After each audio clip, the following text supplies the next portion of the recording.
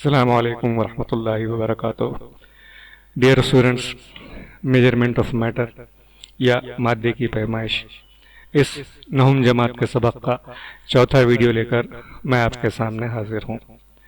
इस वीडियो में दो तीन छोटी छोटी लेकिन इंतहाई अहम चीज़ें हम लोग पढ़ने वाले हैं और मौके की मुनासिबत से मैं कुछ पुरानी चीज़ें भी रिपीट करता हुआ चलूँगा ताकि तमाम चीज़ें आपके जहन में अच्छी तरह से बैठ जाएं।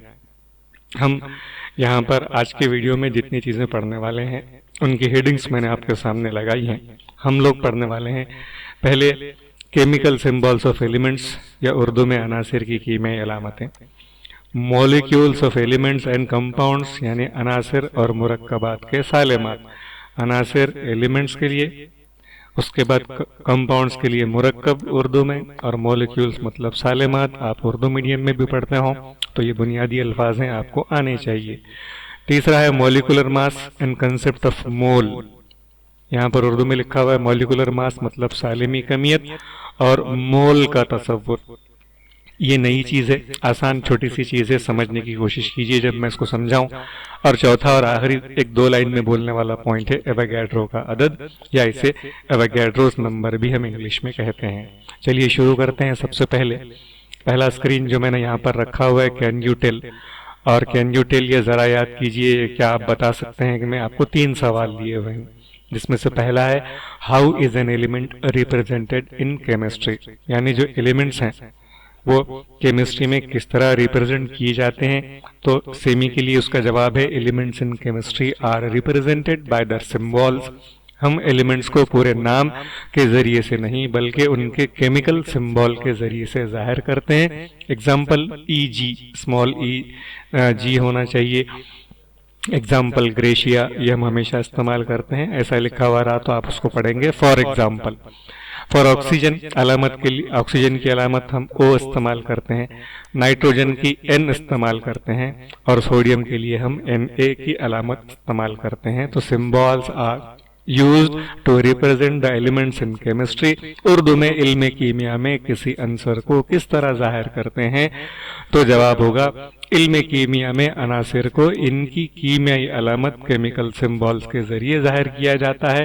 पूरा ऑक्सीजन नहीं लिखते हम, उसके लिए उसकी अलामत O लिखते हैं। पूरा नाइट्रोजन नहीं लिखते, N लिखते हैं। सोडियम के लिए Na लिखा जाता है। फिर उसके बाद दूसरा क्वेश्चन आपको दिया हुआ है write down the symbols of the elements you know, यानी अगर आपको कुछ अनासिर की अलामतें मालूम है तो लिखिए। तो नॉर्मली 8 पास करके आने वाले बच्चे कुछ नहीं अगर लिख सकें तो ऑक्सीजन, हाइड्रोजन और उसके बाद नाइट्रोजन, इस तरह की कुछ अलामतें लिख सकते हैं। हो सकता है आपको और ज्यादा मालूम हो, आप वो अलामतें भी इस सवाल के जवाब में लिख सकते हैं। उसके बाद तीसरी चीज दी हुई आपको और वह है write down the symbols for the following elements. आपको यहाँ पर कुछ एलिमेंट्स के नाम दिए हुए हैं, इंग्लिश में भी नाम वही रहेंगे, उर्दू में भी नाम थोड़े से अलग होते हैं, तो हम उनको यहाँ पर देखेंगे। किन की अलामत सिंबल्स पूछी हुई आपको, एंटीमनी या एंटीमनी, आयरन उर्दू में जिसे हम लोहा कहते हैं, सोना चांदी इसको गोल्ड एंड सिल्वर, पारा ये कुरान वाला पारा नहीं, एक पारा वाली धात की बात कर रहे हैं हम लोग जो थर्मामीटर में इस्तेमाल होता है, उसको इंग्लिश में हम मर्क्यूरी कहते हैं। उसके बाद लेड यानी सीसा, और उसके बाद सोडियम यानी सोडियम। इनकी अलामतें आपको पूछी हुई हैं, ये लीजिए इनकी अलामतें। Antimony Sb, gold Au, silver की अलामत Ag, मर्क्यूरी यानी पारे की अलामत Hg, लेड यानी शीशे की अलामत प्लम्बम कहते हैं, इसको हम Pb, और सोडियम का लातिनी नाम नेट्रियम है तो उसकी अलामत हम लिखते हैं Na। आप बहुत ज्यादा नहीं, सिर्फ इतनी छोटी छोटी चीजें भी अगर आप याद करते समझते चले तो आपको मुश्किल नहीं लगेगा। बाद की अलामतें वगैरह आप खुद ब खुद बाद में याद कर सकते हैं। चलते हैं नेक्स्ट स्क्रीन की तरफ। और फिर यहाँ पर एक चीज और आपसे बताई गई है आपसे कि Dalton used certain symbols for representation of elements, मतलब डाल्टन ने इब्तदाई तौर पर अनासिर के लिए चंद अलामतें इस्तेमाल की, और शुरू में तारे दायरे इस्तेमाल किए जाते थे, वो अब नहीं रहा।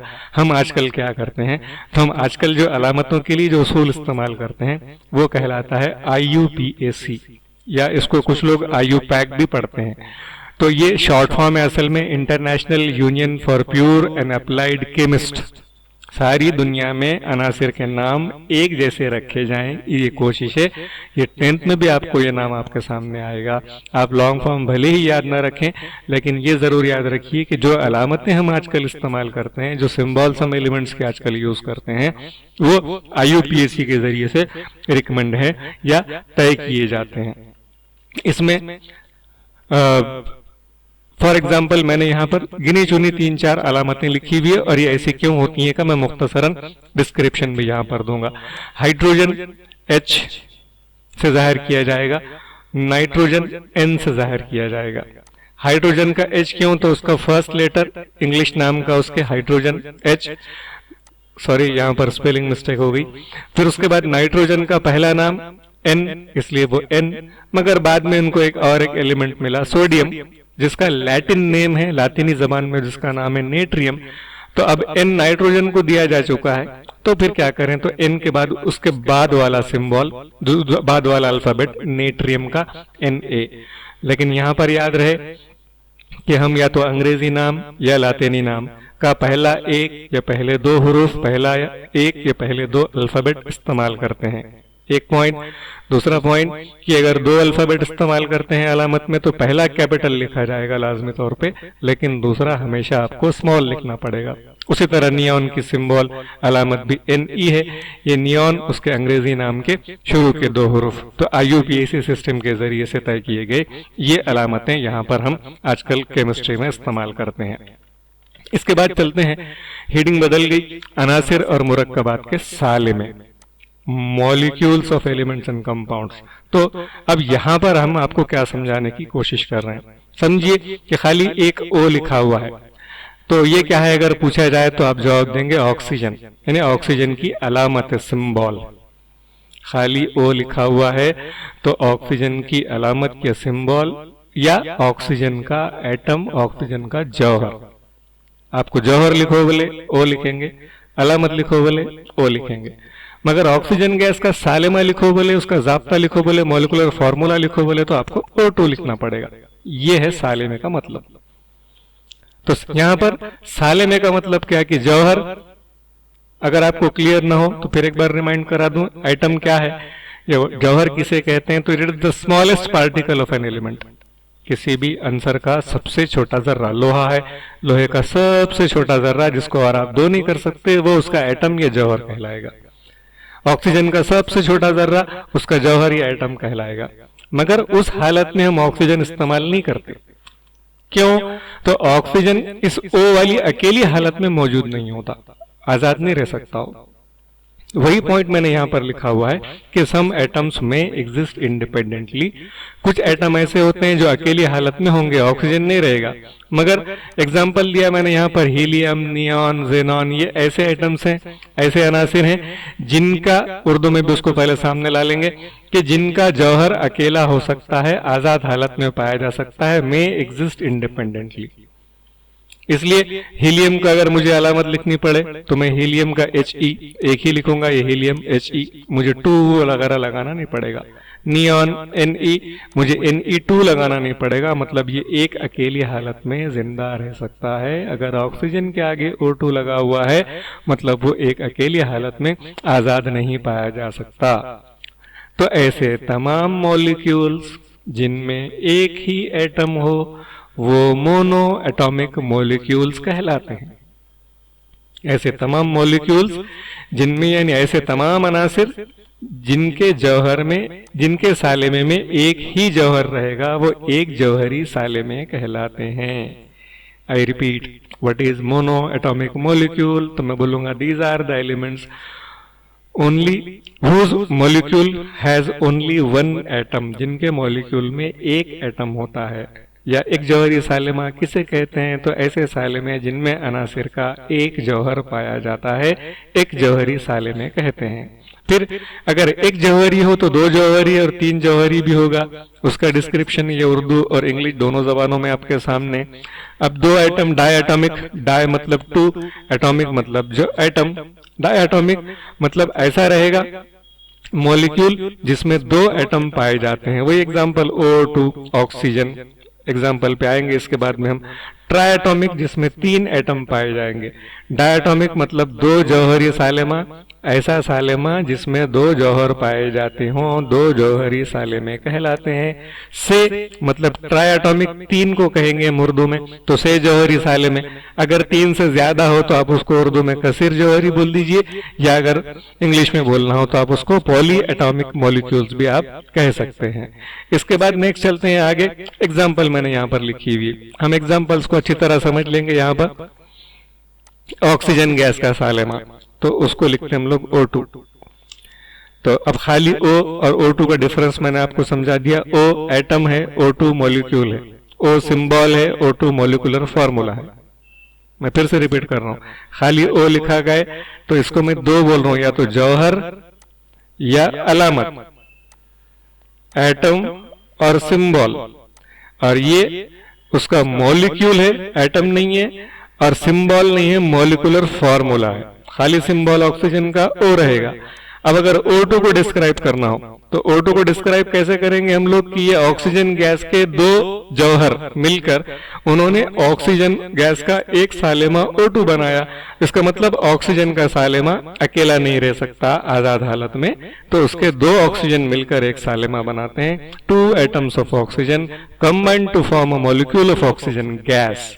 तो O2 same H2, carbon dioxide में कार्बन का 1 एटम, ऑक्सीजन के 2 एटम, तो 3 हो गए यहाँ पर। पानी सबसे कॉमन चीज, हाइड्रोजन के 2 एटम, ऑक्सीजन का 1 एटम। आपसे पूछा जाए पानी का सालेमा किस तरह बनता है, तो आप बोलेंगे पानी के सालेमे में हाइड्रोजन के 2 जौहर और ऑक्सीजन का 1 जौहर पाया जाता है। चलते आगे चलते हैं। अब यहाँ पर ये एक टेबल मैंने आपके सामने रखा हुआ है, उसके ऊपर मैंने हेडिंग लगाई हुई है how to find out molecular mass, या उर्दू में सालेमी कमियत किस तरह मालूम की जाती है। बुक में जो टेबल है वो टेबल में और ये टेबल में 2 फर्क हैं। एक तो बुक में सादा टेबल है, मैंने उसको थोड़ा सा खूबसूरत बनाने के लिए अलग अलग रंग डाल दिए हैं उसमें। दूसरा कि बुक में, उर्दू की बुक में खाली सालेमा लिखा हुआ दिखेगा और आपको इंग्लिश की बुक में मॉलिक्यूल लिखा हुआ दिखेगा। मैंने दोनों को मिला दिया है। तो अब ये यहाँ पर हम सालिमी कमियत मालूम करना, अच्छी तरह ध्यान में रखिए हम क्या पढ़ रहे हैं। हम अब पढ़ रहे हैं सालिमी कमियत। उम्मीद है कि आपके पास नोटबुक खुली हुई होगी, पेन आपके हाथ में होगा। आप इसके बाद के स्क्रीन पहले एक बार देख लीजिए, फिर थोड़ा सा पीछे आइए, पीछे आकर सालिमी कमियत मालूम करना या how to find out molecular mass की आप प्रैक्टिस कर लेंगे। अब किसकी सालिमी कमियत मालूम करनी है? पानी की। तो पानी का सालिमी जाब्ता या मॉलिक्यूलर फॉर्मूला H2O। फिर दूसरा कॉलम यहाँ पर है कि पानी किन किन कंस्टिट्यूएंट एलिमेंट्स या किन बुनियादी अनासिर से बनता है। तो 2 चीजों से, एक हाइड्रोजन, दूसरा ऑक्सीजन। हाइड्रोजन कितने हैं? 1 हाइड्रोजन का एटॉमिक मास 1। अब ये 1 कहां से आया ये आपने दिमाग नहीं लगाना, ये आपको किताब में लिखा हुआ मिल जाएगा। वैसे ऑक्सीजन का एटॉमिक मास 16 है, ये भी आपको किताब में लिखा हुआ मिल जाएगा। अब देखिए हाइड्रोजन कितने हैं, तो हाइड्रोजन 2 है, ये पानी के मॉलिक्यूल में H2 लिखा हुआ, और ऑक्सीजन 1 है, क्यों तो यहाँ पर 2 लिखा हुआ कुछ भी नहीं है। तो H2O में हाइड्रोजन के 2 और ऑक्सीजन का 1 एटम होता है। 2 एटम है, 1 एटम का मास 1 है, तो 2 into 1 मतलब total mass of hydrogen will be 2। फिर ऑक्सीजन पर आइए, ऑक्सीजन का एटॉमिक मास 16 है, 1 ऑक्सीजन एटम होता है उसमें, तो 16 into 1, ये 16 into 1 ये हो जाएगा 16। तो पानी का टोटल मास अगर आप मालूम करें तो 18 ग्राम अगर आप पानी लेते हैं तो उसमें 2 ग्राम हाइड्रोजन होगी, 16 ग्राम ऑक्सीजन होगी। ये फॉर्मूला यहाँ पर है, बुक में ऐसे लिखा हुआ, ये आपको समझ में नहीं आएगा, इसलिए मैंने इसको थोड़ा सा और सिंपल किया हुआ है। नोटबुक तैयार होनी चाहिए, पेन हाथ में होना चाहिए, नजरें स्क्रीन पर, और उसके बाद कान में हेडफोन लगा हुआ हो आपके, तो ज्यादा बेहतर है, आप अच्छे से लिख सकेंगे। देखिए हम मॉलिक्यूलर मास किस तरह के स्टेप्स मालूम करते हैं। अभी आपको ये जो स्क्रीन दिख रहा है ये आपको एटॉमिक मास, मैंने आपको बोला कि अपना दिमाग नहीं लगाना, क्यों?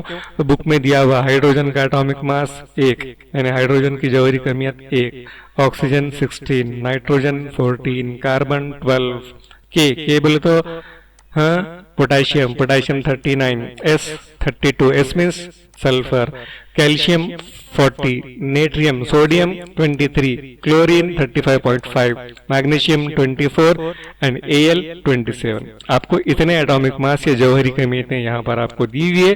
फिर उसके बाद आपको यहाँ पर मॉलिक्यूलर फार्मूला या सालेमी जाब्ते भी दिए हुए हैं। अब आपको इन जाब्तों का इस्तेमाल करके जो तो इनकी सालेमी कमियत या मॉलिक्यूलर मास आपको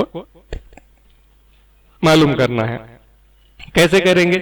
अगर समझो आपको इतना समझ में आना चाहिए, ये NaCl अगर समझे आप मालूम कर रहे हैं, या मैग्नीशियम क्लोराइड आप मालूम कर रहे हैं, समझिए मैग्नीशियम क्लोराइड के मॉलिक्यूलर मास या सालेमी कमियत। तो इसमें एलिमेंट्स कितने हैं? अल्फाबेट दिख रहे हैं आपको 4, 1 2 3 4। तो 4 अल्फाबेट हैं, इसका मतलब 4 एलिमेंट्स हैं क्या? 4 अनासिर हैं? नहीं। क्यों? मैग्नीशियम का M कैपिटल, G स्मॉल मतलब ये एक एलिमेंट, उसके बाद क्लोरीन का C कैपिटल, L स्मॉल, ये क्लोरीन 2 एलिमेंट, मतलब मैग्नीशियम क्लोराइड मैग्नीशियम और क्लोरीन से मिलकर बनता है। तो जितने कैपिटल होंगे उतने जो है तो एलिमेंट्स उस कंपाउंड में पाए जाते हैं। तो ये आपके ये समझ में आ गया। मैं इसको हटा नहीं रहा हूं आपके नजरों के सामने, सिर्फ छोटा करके इसको ऊपर लगाता हूं। ये आ गया वो आपका टेबल वापस जैसे का वैसा, जहां पर आपको एटॉमिक मासेस भी दिए हुए हैं और मॉलिक्यूलर फॉर्म में भी दिए हुए। चलिए एग्जांपल के तौर पर हम क्या करते हैं, एक मैग्नीशियम क्लोराइड की एटॉमिक मास मालूम करते हैं, सालिमी कमियत मालूम करते हैं। चलिए let us find out the molecular mass of MgCl2 या मैग्नीशियम क्लोराइड की सालिमी कमियत मालूम करते हैं। कैसे? तो फार्मूले में magnesium chloride MgCl2 molecular mass of MgCl2 is equals to, magnesium कितने हैं यहाँ पर?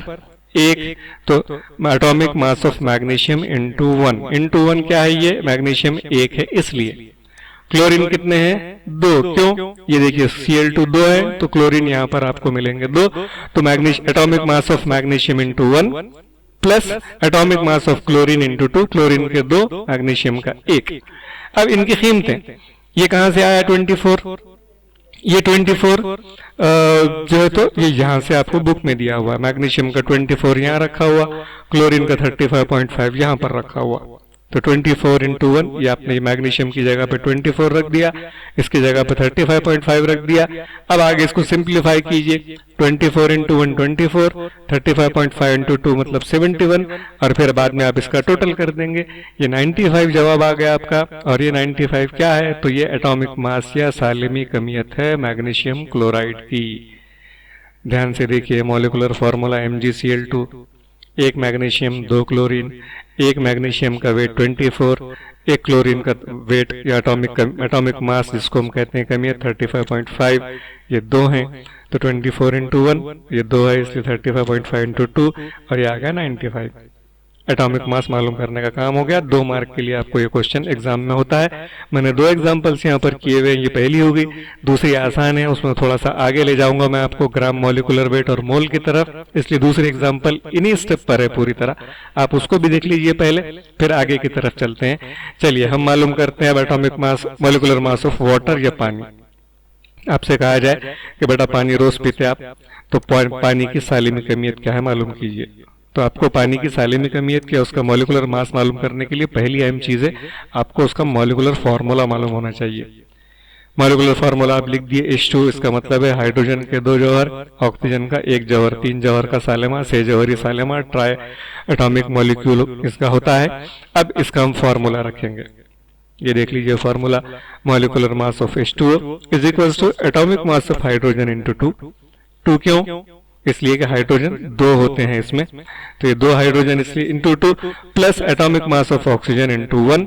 तो ऑक्सीजन 1 ही क्यों? इसलिए कि ये 1 ऑक्सीजन यहाँ पर है इसलिए 1, ये हाइड्रोजन 2 है इसलिए ये 2। राइट। हाइड्रोजन का एटॉमिक मास कहाँ पर दिया हुआ है? ये। ऑक्सीजन का कहाँ पर दिया हुआ है बुक में? ये। चलिए इनकी कीमतें रखते हैं। मिल गई same step, 1 into 2 plus 16 into 1। 1 hydrogen, 2 hydrogen है इसलिए 1 इंटू 2, 16 ऑक्सीजन 1 है इसलिए 16 इंटू 1। सिंप्लीफाई कीजिए 2 प्लस 16 और मॉलिक्यूलर मास आ गया उसका पानी का 18। तो it is the molecular mass of the water, या ये पानी की सालिमी कमियत है, जिसे जो जवाब आता है वो 18। तो आपसे कहा जाए कि पानी की सालिमी कमियत क्या है, तो जवाब देंगे आप 18। अब इसके बाद की स्टेप आगे की तरफ चल रहे हैं हम लोग। अब चैप्टर में थोड़ा सा 2 एग्जाम्पल यहाँ कर लिए, बाकी के जो एग्जाम्पल है आप ये यहाँ पर जो दिए हुए हैं आपको बुक में, वो एग्जाम्पल्स आप सॉल्व करेंगे ये पूरे, और सॉल्व करने के बाद जो है तो इसका नोटबुक में सॉल्व करके रखेंगे। स्कूल खुलने पर मैं चेक करूंगा, जब तक आप मुझे स्क्रीनशॉट यहाँ पर डाल सकते हैं। चलिए आगे की तरफ चलते हैं। आगे क्या, तो ये फिर वही पुराना जो कीमतें दी हुई है वो, फिर ये आपके सारे स्टेप पानी के। अब आगे क्या करें, तो यहाँ पर मैंने लिख दिया आगे की एक स्टेप कि gram molecular weight of water is equal to 18 gram, या पानी का ग्राम सालेमी वजन मसावी 18 ग्राम। ये स्टेप यहाँ पर आपको अब आगे की तरफ चल रही, समझे। ये 18 क्या है, ये तो 18 आपने पढ़ा हुआ है, it is the atomic mass of the water, या molecular mass of the water, ये आपने मालूम करा। बदला क्या, आगे सिर्फ ग्राम लगा दिया आपने, और इसको बोल रहे ग्राम मॉलिक्यूलर मास। यह खाली मॉलिक्यूलर मास था, ये ग्राम मॉलिक्यूलर मास है। यह खाली सालेमी वजन था, अब इसको ग्राम सालेमी वजन कहते हैं। तो ग्राम सालेमी वजन या ग्राम मॉलिक्यूलर मास क्या, तो जो मॉलिक्यूलर मास या सालेमी वजन है उसको ग्राम में जाहिर कीजिए, मतलब आगे सिर्फ जी लिख दीजिए, आपका ग्राम मॉलिक्यूलर मास हो गया। फिर और एक स्टेप आगे चलिए, और एक स्टेप में अब हम क्या कर रहे हैं कि वो 18 ग्राम जो है, इसको पहले ग्राम मॉलिक्यूलर मास बोल रहे थे, अब हम बोलेंगे 1 मोल। पानी का 1 मोल मसावी 18 ग्राम, मैंने यहाँ पर स्क्रीन पर लिखा हुआ है। थोड़ा सा अपने आप को रिमाइंड करवाइए, क्या हुआ, हमने पहले मॉलिक्यूलर मास मालूम किया 1, उसके आगे ग्राम लिख दिया, उसको बोला ग्राम मॉलिक्यूलर वेट या ग्राम सालेमी वजन। अब उसी को बोल रहे जितना वो आया था 18 ग्राम, उसको बोल रहे हम कि 1 मोल। मैं अगर आपसे पूछूं कि बेटा पानी का 1 मोल कितना होता है, तो आप क्या करेंगे, पानी के 1 मोल के लिए पानी का सालेमी वजन मालूम करेंगे, सालेमी कमियत मालूम करेंगे, वो 18 आएगी, फिर उसके आगे ग्राम लिखेंगे, बोलेंगे पानी का ग्राम सालेमी वजन है, और फिर उसके उसी को बोलेंगे जो ग्राम सालेमी वजन आ गया वो उसका 1 मोल है। मैग्नीशियम क्लोराइड का एटॉमिक मॉलिक्यूलर मास कितना था, 95, तो 95 आगे ग्राम लिखिए, 95 ग्राम, फिर उसको बोल दीजिए 1 मोल मैग्नीशियम क्लोराइड का 95 ग्राम का होता है। समझ में ना आए तो व्हाट्सएप पर मुझे रिपीट करने के लिए सवाल कीजिए, मैं आपको जवाब दूंगा। उसको और एक बार हम अगर चाहे तो समझ सकते हैं, आसान चीज है। मॉलिक्यूलर मास मालूम करना, उसके आगे ग्राम लिखना, और उसको बोलना ये 1 मोल है। ठीक है, आगे चलते हैं हम लोग। अभी 1 मोल का मतलब क्या, तो आपने ग्राम मॉलिक्यूलर मास या पानी का ग्राम सालेमी वजन 18 ग्राम लिख दिया, इसको आपने फिर 1 मोल बोल दिया, चलिए ये 1 मोल हो गया। अब इसी 1 मोल का मतलब क्या होगा कि अगर आप किसी भी चीज का 1 मोल लेते हैं तो डेफिनेटली आप उस चीज के 6.022 इंटू 10⁻23 साले में लेते हैं।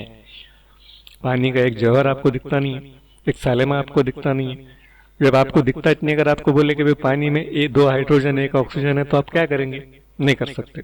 तो अगर मैं आपसे कहूं कि पानी है, पानी के साले में कितने, तो अगर 18 ग्राम पानी गिन के लीजिए और बोलिए कि 1-2 नहीं ले सकते, हम 6.022 इंटू 10⁻23, मतलब ये 6, ये 0, ये 2, ये 2, तो ये डेसिमल यहाँ से हट गया, मतलब 10⁻22, 21, 20, अब आगे लगाते जाइए, गिनते 19, 18, 17, 16 लगाते जाइए, इतने साले में आपने एक वक्त में लिए हुए हैं। तो 1 मोल यानी उसका मॉलिक्यूलर मास जो ग्राम में रहेगा वो, और किसी भी चीज का 1 मोल, जैसा 1 दर्जन में 12 केले ही होंगे, मगर 1 दर्जन में 12 पेन भी आते हैं, तो दर्जन में 12 ये बराबर है, लेकिन मोल में ऐसे होगा क्या, नहीं।